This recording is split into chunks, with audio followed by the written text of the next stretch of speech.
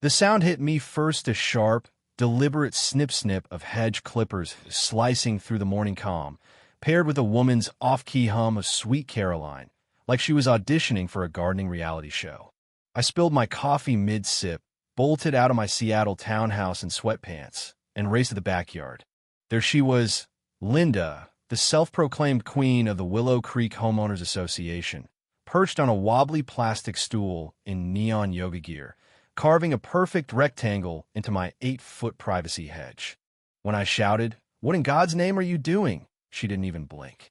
With a smug grin, she flicked a handful of leaves over her shoulder and chirped, "Improving the view, darling." "You're welcome." That was the moment I knew my quiet life was under siege and I was about to become Linda's worst enemy. My name's Ethan, and I'd moved to this leafy Seattle suburb in January 2024, chasing a slice of peace after years in the city grind. I'm a freelance graphic designer, and my new homey, a cozy, modern place just outside the HOA's grip by a blessed 5 feet was my sanctuary. The hedge was my fortress, dense, towering, a green shield against the world. I bought the place for that seclusion, craving solitude the way most people crave Wi-Fi. But Linda had just declared war on my boundaries. I caught her red-handed that morning and told her to get off my property. She scoffed, tossing her ponytail like a monarch dismissing a serf.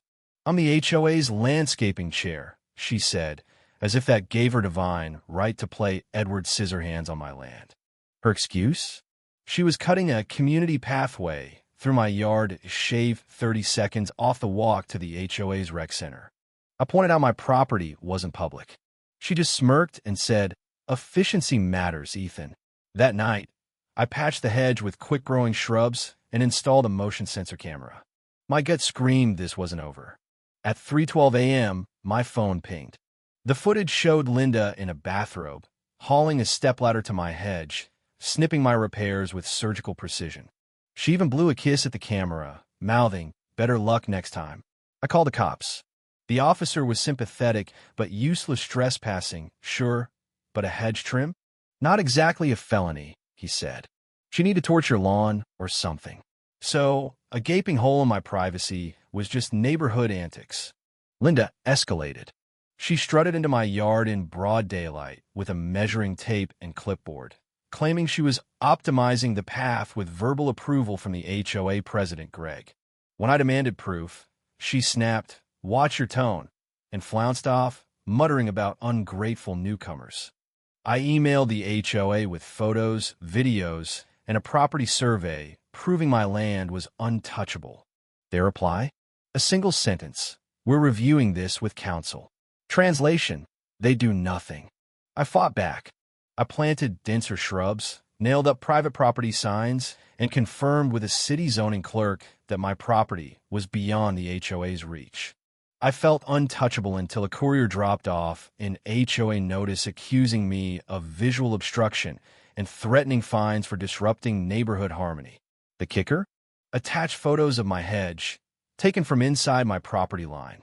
Someone guess who had trespassed again. I fired back with my survey, a red line boundary, and a note. "Redirect your nonsense to my lawyer." That night, my mailbox got egged. Subtle. Then I overheard Linda on her patio, ranting into her phone. "If he doesn't tear down that ugly hedge, I'll do it myself." My backyard mic caught every word. I backed it up to the cloud and called my buddy Nate, a lawyer who offered to draft a cease and desist. But I was done playing defense. Staring at the jagged hole in my hedge, I envisioned not a patch, but a monument. A 10-foot black iron fence, elegant yet impenetrable, a middle finger to Linda's clippers. I found a local ironworker, Max, who grinned when I said, "Make it Linda-proof." We designed a Gothic masterpiece pointed finials, weatherproof, legally ornamental. The city approved it in a heartbeat. As the first iron panels arrived, the neighborhood buzzed. Linda stormed out in a tracksuit, clutching her clipboard like a shield, screaming at the workers to stop. They ignored her. She turned to me, shrieking, "This is a prison fence." I handed her a folder. Permits, survey, approvals. "It's legal," I said, sipping my coffee. Her face crumpled as she flipped through the papers, realizing her power was dust. The fence rose over days, drawing gawkers. Neighbors whispered approval. One slipped me a craft beer, saying, "We've all dreamed of this." Linda, meanwhile, lost its napping photos, harassing workers, calling Greg nonstop. The HOA slapped a yellow notice on my door, claiming my fence violated aesthetic guidelines. I laughed. My property was outside their jurisdiction. I mailed back the notice with my permits and a zoning clerk's number. Checkmate. Then came Linda's dumbest move. I heard a crash mid-afternoon and found her dangling from my half-built fence, one leg hooked over a finial, her sandal stuck in the spikes. She tried climbing it to prove it was unsafe and got stuck. Her phone lay cracked on my lawn. I called the fire department. 2 firefighters pried her down, barely hiding their smirks. A neighbor's video of Ladder Linda went viral, racking up 30,000 views overnight. Her reputation was toast. The HOA's next letter begged me to reconsider for community harmony. I scrawled, "Harmony doesn't mean trespassing," and sent it back. But Linda doubled down, holding a backyard HOA meeting, waving her arms like a dictator. She screamed my fence hid illegal activity. Half her audience bailed mid-rant. My cameras caught her later, spray-painting tyrant on my gate. I sent the footage to the police. She was fine and warned, but I sensed a bigger secret. Why was Linda obsessed with my yard? Old footage showed her and HOA cronies sneaking through at dusk, toting yoga bags. I strolled past the rec center one evening and saw it. Fairy lights, wine glasses, Linda leading a yoga class branded Willow Flow. Social media revealed she was charging $15 a head for exclusive sessions on HOA property. My yard was her shortcut to sneak paying guests past nosy neighbors. She was running an illegal business. I tipped off the city's zoning office, citing fire code violations and unlicensed events. Days later, inspectors raided her class, shutting it down mid-pose. Linda's empire crumbled fines, citations, and a cease and desist taped to the rec center door. The HOA newsletter vaguely mentioned inspections, but whispers of Linda's personal fines spread fast. She didn't quit. One night, my camera caught her forging a petition to challenge my fence's zoning, signing fake names, including a dead neighbor's. I sent the footage to the city attorney.